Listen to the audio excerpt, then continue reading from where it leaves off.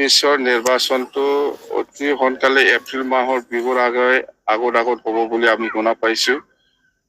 তো ইয়াৰ প্ৰিপাৰেশ্যনটো আমাৰ full fledged হৈ আছে আৰু আমি বিপিএফ হিচাপে বা এজিপি হিচাপে বা বিজেপি হিচাপে বা যিমান এনডিএ পাৰ্টনাৰ আছে কোন দলে কিমান সিট ল'ব সেইটো আজিলৈকে আমি আমাৰ মাজত ফাইনেল হোৱা নাই। মুঠতে আমি বেছি খুজিম, যেনিবা 100টা খোজাত হয়তো 50টাও হ'ব পাৰে বা 80টাও হ'ব পাৰে, এনেকুৱা মুঠতে খোজাত কম হ'ব নালাগে, বেছিকে আমি খুজিম, নিশ্চয় এৰা ধৰা হ'ব ইয়াৰ ভিতৰত। মুঠতে এনডিএ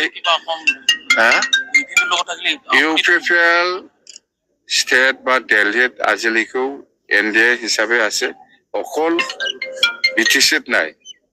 এইবাৰো এছেম্বলি ইলেকশ্যনত যদি বিজেপিয়ে দিল্লী বা ষ্টেটত যেহেতু আজিৰ দিনলৈকে এনডিএ হিচাপে আছে, ইয়াৰ যদি লয় আমাৰ ক'ব লগা একো নাই, কিন্তু বিটিচিত ভাগ নাই। মই ইউপিপিএলৰ লগত নাথাকিম বুলি কৈছে না।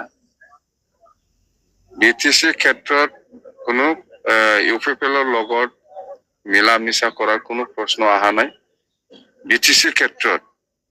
কিন্তু সেইফালে এছেম্বলিত বা এমপিত যদি বিজেপিয়ে, যেহেতু বিজেপিয়ে লিডিং লয় এনডিএ হিচাপে, ইহঁতে যদি কিবা কিবি বুজাবুজি কৰে সেইটো আমাৰ ক'ব লগা একো নাই, কিন্তু আমাৰ লগত বুজাবুজি নহ'ব ইউপিপিএল।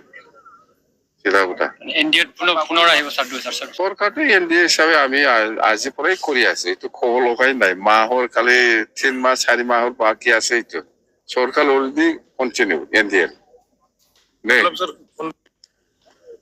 15 से ज्यादा खेलेंगे हम लोग। क्या 15 से क्या बीटीसी में 15 सीट है, ऑल आसाम हमारा एनडीए हिसाब में 126 है। 126 में बीपीएफ कितना खेलेगा, बीजेपी कितना खेलेगा और एजीपी कितना खेलेगा, वो हम लोग बात कर रहे हैं बस।